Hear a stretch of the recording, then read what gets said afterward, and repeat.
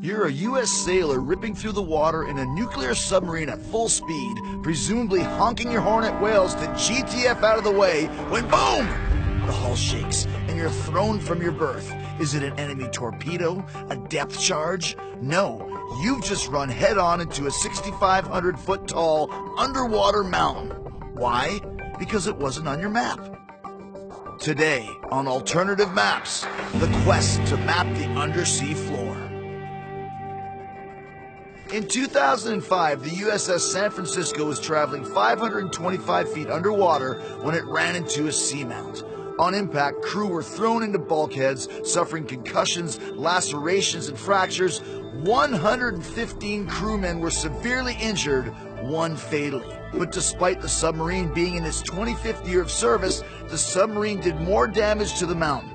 Except for a hole in the forward ballast, the hull, armaments, and nuclear reactor were entirely undamaged.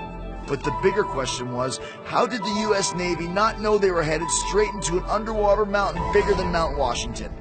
The subsequent 2008 report, very literally titled Case Study, Submarine Crashes into Uncharted Seamount, revealed the submarines, and this is their word, primitive charts had not been updated since 1989 and didn't show any potential obstacles within 3 nautical miles of the crash. But it's not just the U.S. Navy using primitive charts. Over 85% of the ocean floor remains unmapped by modern systems.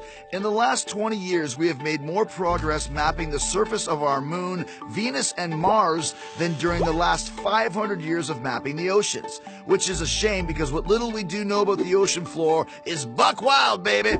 It contains Earth's largest mountain range and canyons deeper and wider than the Grand Canyon, with cliff faces rising up over 3 miles. But it's also not surprising we know so little because wouldn't you know it, all that water makes it difficult to see down there.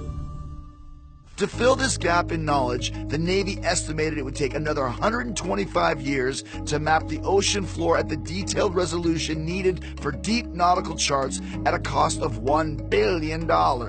However, recent projects have surged with the goal of changing that and significantly cutting down that 125 years. So, in 2016, a meeting of over 150 scientists from multiple organizations agreed on a roadmap to create and complete a comprehensive and fully modern bathymetric database mapping the ocean floor by 2030, and also that Steve didn't chip in enough for his share of the pizza. Come on, Steve, you ate like 6 pieces.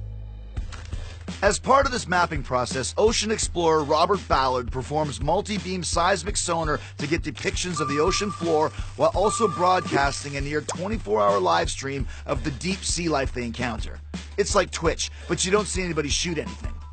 And while oceanographers are using sonar in a grid-by-grid approach, NASA is helping to create a map of the ocean depths using geodetics to measure Earth's shape and gravity field, which is a total nerd move. Classic NASA.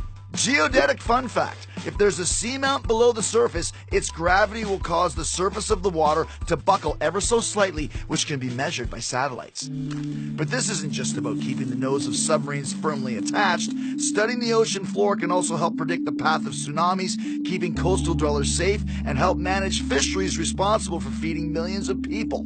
But while helping scientists better understand our planet, the maps are also a double-edged sword. Many scientists think a likely beneficiary of this mapping could be the mining industry, as more and more companies look to the oceans for new deposits of rare earth minerals. Some conflicted scientists are even going so far as to call it a treasure map for deep-sea mining.